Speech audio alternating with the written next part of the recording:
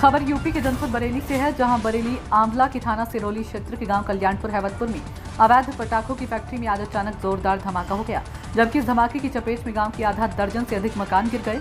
धमाका इतना तेज था कि आसपास के मकान की क्षतिग्रस्त दीवारें हो गई। आपको बताते चले कि गांव में हुए पटाखों के धमाकों में 3 लोगों की मौके पर एवं 2 की इलाज के दौरान मौत हो गई है और कई गंभीर रूप से घायल हो गए, जिन्हें इलाज के लिए सरकारी स्वास्थ्य केंद्र उपचार के लिए भेज दिया।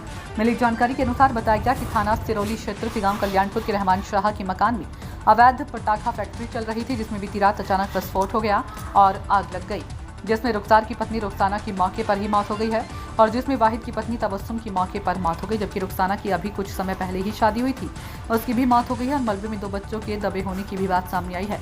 बरेली से संवाददाता संजीव कुमार मिश्रा के साथ कैमरामैन आशीष कुमार मिश्रा की रिपोर्ट। शुरू करें सर, क्या मामला है? कितने बजे आप लोगों को कॉल मिली? कितने लोग कैजुअलिटी अभी तक सामने आए? लगभग 4 बजे 112 नंबर पे एक कॉल आई थी। थाना सिरौली अंतर्गत कल्याणपुर गांव में एक मकान के गिरने की सूचना प्राप्त हुई थी। तत्काल एसएचओ सिरौली को मौके पे भेजा गया। इनके द्वारा बताया गया कि एक मकान गिरा है और उसके आसपास के 3 अन्य मकान हैं जिनको क्षति पहुंची है। लोगों के द्वारा बताया गया कि कुछ लोग घायल हैं जो मलबे में हैं। तो तत्काल पुलिस की मदद से अन्य थानों की फोर्स भेजी गई। एसडीआरएफ की टीम को रवाना किया गया और गस्टेड ऑफिसर्स को मौके पे भेजा गया। पुलिस ने 5 लोगों को जो घायल थे उनको अस्पताल भेजा है। 3 लोग हैं जिनकी डेथ हो चुकी है, 3 महिलाएं हैं जिनकी डेथ हो चुकी है। उनकी शिनाख्त 2 लोगों की शिनाख्त कंफर्म हो गई है, एक की शिनाख्त अभी कराई जा रही है। जो घायल हैं उनका उपचार वर्तमान में जिला अस्पताल में चल रहा है। वहाँ पे एसपी सिटी और सीओ सिटी की एक टीम, सीओ फर्स्ट की एक टीम लगाई गई है ताकि उनका उपचार अच्छे से हो सके। और जो लोग वहाँ पे मौजूद हैं उनसे घटना के बारे में जानकारी करने के लिए, उनके बयान लेने के लिए भी एक टीम वहाँ पे गठित की गई है। मौके पे अभी फील्ड यूनिट है, एसडीआरएफ की टीम है, एएस चेक की टीम है, जो जितना भी मलबा है उसको हटा के देख रहे हैं कि उसके नीचे और तो कोई घायल व्यक्ति नहीं है या कोई ऐसी चीज़ तो नहीं है जो एविडेंस कलेक्शन में भी हमारे काम आए। जो जानकारी अभी तक मिली है उसमें एक नासिर शाह नाम का व्यक्ति है जो कस्बा सिरौली का रहने वाला है। उसके पास एक एक्सप्लोजिव एक्ट के संबंध में एक लाइसेंस था। ये उसकी ससुराल थी जहाँ घटनास्थल है और संभवतः उसके द्वारा इस अपनी ससुराल में विस्फोटक जो पटाखे हैं उनका यहाँ पे उसके द्वारा भंडारण किया गया था। प्रथम दृष्टया ऐसा प्रतीत हो रहा है कि इसकी वजह से घटना हुई है।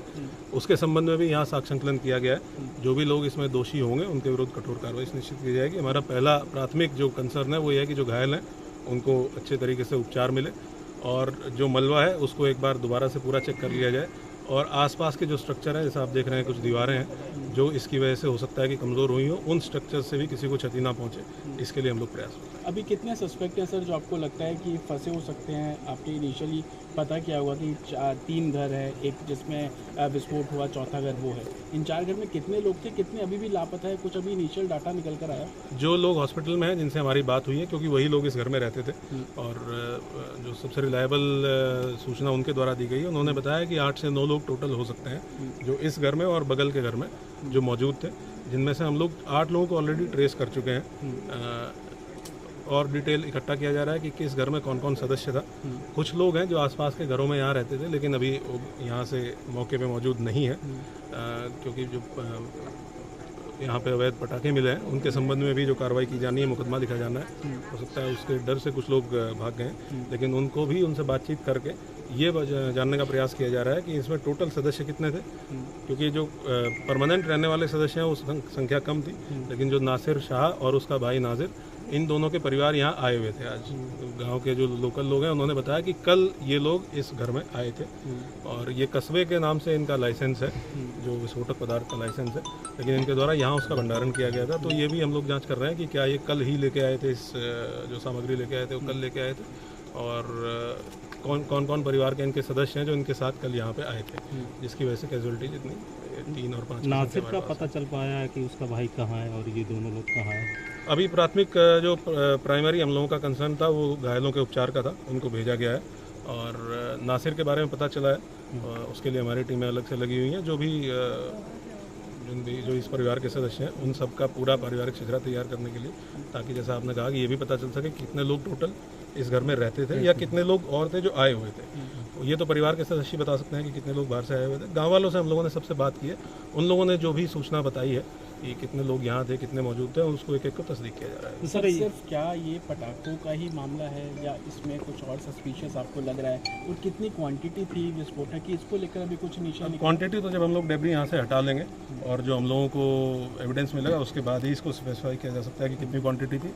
लेकिन मौके से पटाखे बरामद हुए हैं, जो लोकल स्तर पर पटाखे बनाए जाते हैं वो बरामद हुए हैं, जिससे ये स्पष्ट है कि क्योंकि जो पटाखे बरामद हैं वो इस्तेमाल होते हैं, त्यौहार पे इस्तेमाल होते हैं, तो उन पटाखों को यहाँ पे बनाया जा रहा था, ये स्पष्ट है, जिसकी वजह से घटना हुई है। इसके अलावा भी अन्य कोई महत्वपूर्ण चीज़ तो ना सिर्फ अपनी ससुराल में आके माना जाए कि यहाँ पर आके ये पूरा सारा काम कर रहा था। हाँ, कुछ लोगों के द्वारा ये बताया गया है कि अभी हम लोगों के द्वारा 27 तारीख से एक अभियान चलाया जा रहा था, जिसमें पिछले 10 साल के जितने भी विस्फोटक अधिनियम के मुकदमे दर्ज हैं, प्लस जितने ऐसे लोग हैं जो वर्तमान में लाइसेंस होल्डर्स हैं आतिशबाजी बनाने के या आतिशबाजी के भंडारण के या बेचने के, तो उनके सत्यापन का अभियान चलाया जा रहा था।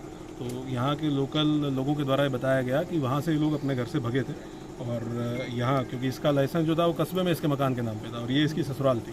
तो जो लोकल स्थानीय लोगों ने बताया कि कल ये यहाँ आया था अपने परिवार के साथ, एक ई रिक्शा में आया था। तो वो भी सारी चीज़ें हम लोगों के संज्ञान में हैं और इसको भी इन्वेस्टिगेशन का पार्ट बनाएंगे कि ये कब आया था, क्या सामग्री वहाँ से लेके आया था, यहाँ जो पटाखे मिले हैं क्या वो पहले से यहाँ पे भंडारण था या वो कल उनको लेके आया था। ये सारी